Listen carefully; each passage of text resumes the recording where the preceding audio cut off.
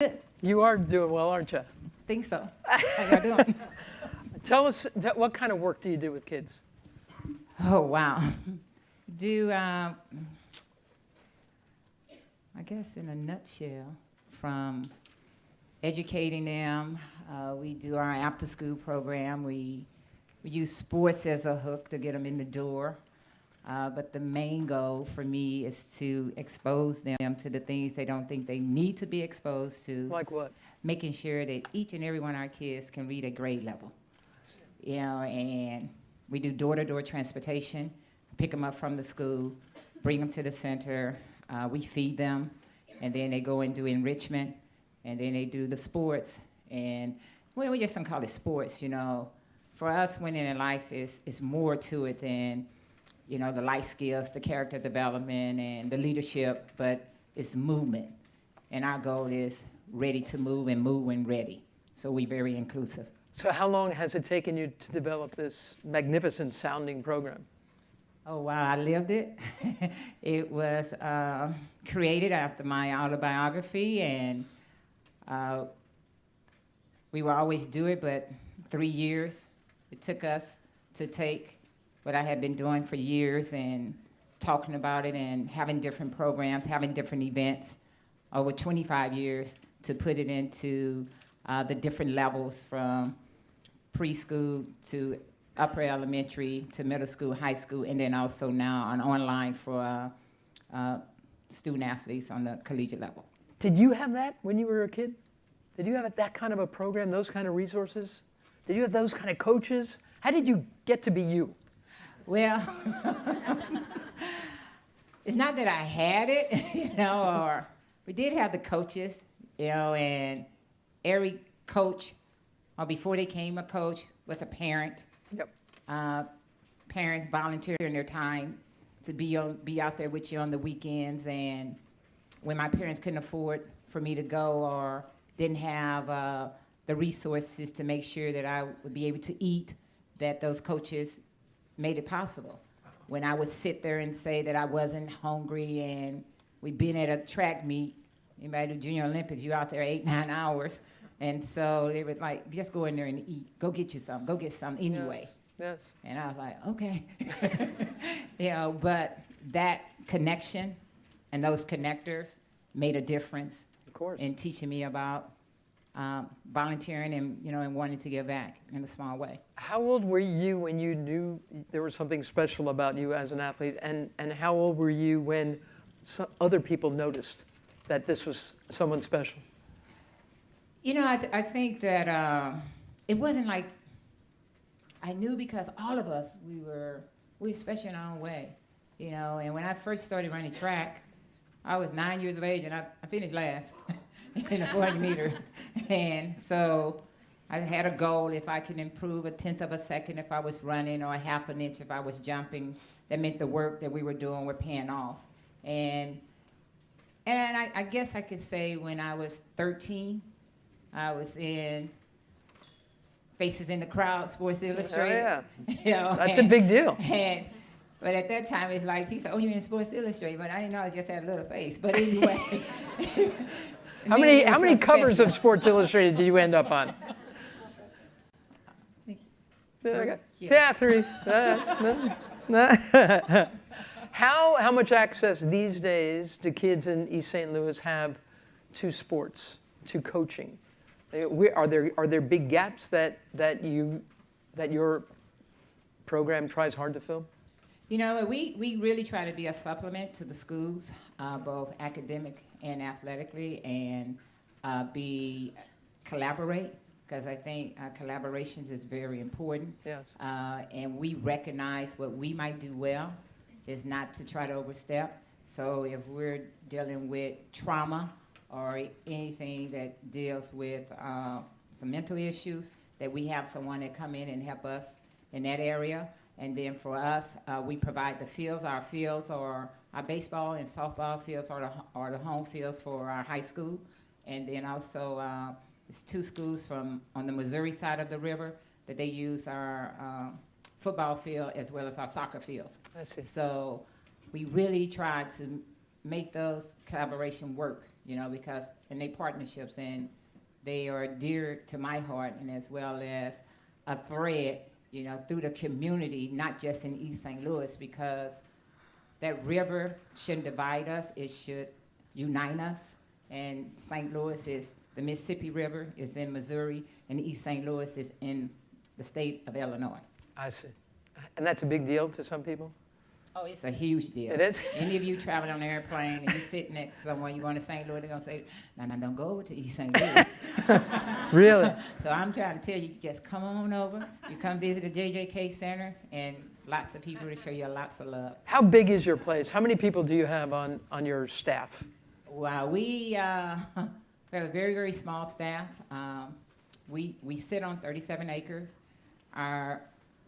From 2000 to 2015, we were right at 40,000 square feet of just what you saw, in the video, gymnasium, our enrichment, our dance, science. But then in 2015, we added another 20,000 to do a partnership with Head Start, because those kids are feeder kids into our program, and we only have 7 staff. Wow. And You're doing a lot of work. And we have a lot of volunteers that do. 2 people keep our grounds cut, and we service over on the daily. Our ADA for after school is anywhere between 150 to 250 kids. Nice. And then our Head Start have their own staff, and there's 164 kids, young'uns I call them. That's there. And The youngins? but we rely on a lot of help with volunteers. That's what counts, huh? So it said that in America there are 120 sports available to kids. In East St. Louis, how many would you say are available? Ooh, we have the traditional sports. Yep. Basketball, football, track, soccer, tennis, get into a little bit of hockey and some lacrosse. But exposure is everything. Yes. When you think of, we do Red Bear Rookie, which is baseball, but a lot of our kids do not make that connection and going into baseball. We started our baseball program with our kids, and when I came up, you could take a stick. It's not safe to do this, but you take a stick and a rock. How many of you have used a stick and a rock to play? So when we introduce our kids to just the fundamentals of baseball, and when the bat connects with the ball, Yes.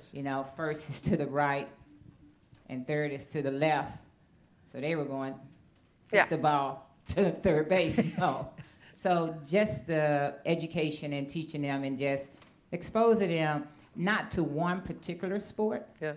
but just the basic fundamentals that I think that you would need in any sport that you desire to pursue. What problems do you find, especially like with the underserved kids? What do you go up against the wall on more often than anything? That is an equal playing field, Yeah. and that not everyone could win. And when you fall short, everyone is not trying to cheat you or take something away from you. Is that the work ethic and working hard is throughout, not in that moment, but for life. Yes. So getting them to understand that the odds are not against you. Just because you live in an underserved area, you work hard, you show up, you perform, you execute, you win, you lose, you draw, you walk away, you take something from it, and you come back the next day to practice as if you hadn't achieved anything. I got to ask you, do these kids know who you are? So we have this really, really fabulous building. I go into the schools, and so they know JJK, and it's the JJK Center.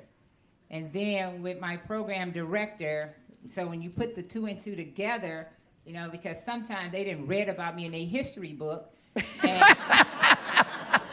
You're making it sound like cave paintings. Right? it's the strangest and the oddest thing that they were like, "You alive?" It's a miracle. See? Well, that's okay. A moment for Jackie to recover. No, but I guess what I'm asking, what I'm saying is that you are proof that some kid and you had health problems as a kid. You are proof that you can achieve things. They can achieve. It's something coming out of your mouth. You know what I'm saying? You are, from the history books, from the mists of time. You are living proof. I mean, preach. Say it to the back of the room. That's one of the things I chose to go back home to live in the community because it was very important to me that they be able to touch, Yes. be able to have a conversation with me and not just see me on newspaper or on television because I want them to really know that I walk the same streets. Exactly. I work with the same people and that the impossible is probable. Yeah, baby. Yeah. No, that's important. But it is very important because I went to UCLA and they think I'm in Los Angeles. Yes. And when I come home, it's like, you should be in Hollywood. And I'm like, Hollywood is where you make it. It's right here in East St. Louis. This is Hollywood. So really getting them to understand that it's okay to go away, but come back. Yes. And we were always taught to bring back, share what we've learned. Yes. So we can help the next generation. Do you do some coaching yourself? I would be very motivated by you. And how good are the coaches in East St. Louis? I do coaching. I work with my husband. He doesn't consider me a coach. Yeah. What did you ever do? Yeah. But I still work with the high school, and I still do a lot on the elementary school level and middle school. But then also through our programs, our coaches, they have to go through our Winning in Life curriculum. Mm-hmm. There's a certain standard. I believe you win and lose alike. And that's to be instilled in them so they can instill it into our young people. Yeah. And at times it's very challenging, but we are who we are and what we represent. If you don't fit into that, then this is not the place for you, and you can go somewhere else and carry on the behavior you want to carry on, but you will not be doing that under the JJK logo or our banner, in a sense. Well, now there's a new course created by the USOC that's free. Do you see that being a real game changer? Yes, I think wherever you can have access to knowledge, awareness, Coaching. Just like young people are sponges, I think we as coaches, you see I call myself we as coaches, should be sponges as well because knowledge is power. Yes. And whatever we can learn that can help those individuals that might not have access. Yes. And how can you open a pipeline to someone who just might not be the best student athlete or the athlete, but wow, they just have that innate ability that they could really transfer information and be able to communicate and work with young people. Yes. Have you had a lot of success stories? Things that kids you're proud of? Yes. I got that yes down. But anyway, yes, we have had a lot of success stories from people going on and graduating, being professors, Olympic champions, and just working jobs, being doctors, and even with my program director, Raymond Ward, who came through the program, have 2 masters in biology, and now she's running our program. You're doing good. You're not just doing well, you're doing good. Thanks, but still got a lot of work to do. Well, so the Olympics in 2028 are going to be in LA. You spent a lot of time there. The IOC gave Los Angeles $150 million to make sports more accessible to kids in that area. So what kind of story do you think can be told nationally by the 2028 Olympic Games in Los Angeles? You know, for me, I think it's so important to spread that wealth. Yes. And to reach across all states, because the Olympics is that universal language, you know, pull people together, but it does celebrate and elevate the city that's hosting it and those communities that's within the state. But I'm hoping that the legacy continue to be that sports just has a way of uniting people, and you can have a dialogue. It doesn't matter what country you're from. You know, my biggest rivalries were different people, but we could blink our eyes and show respect and have a dialogue, but still go out there and compete against one another and still shake hands and walk away. And hopefully with 2028, that it will continue to put our developmental programs in a position that they are sustainable and that they are able to continue on the legacy beyond 2028. Yes. Jackie Joyner-Kersee, I'm so glad you're here. I'm so glad you're alive. Me too. Ladies and gentlemen, Jackie Joyner-Kersee. Thank you. You're wonderful. Thank you so much.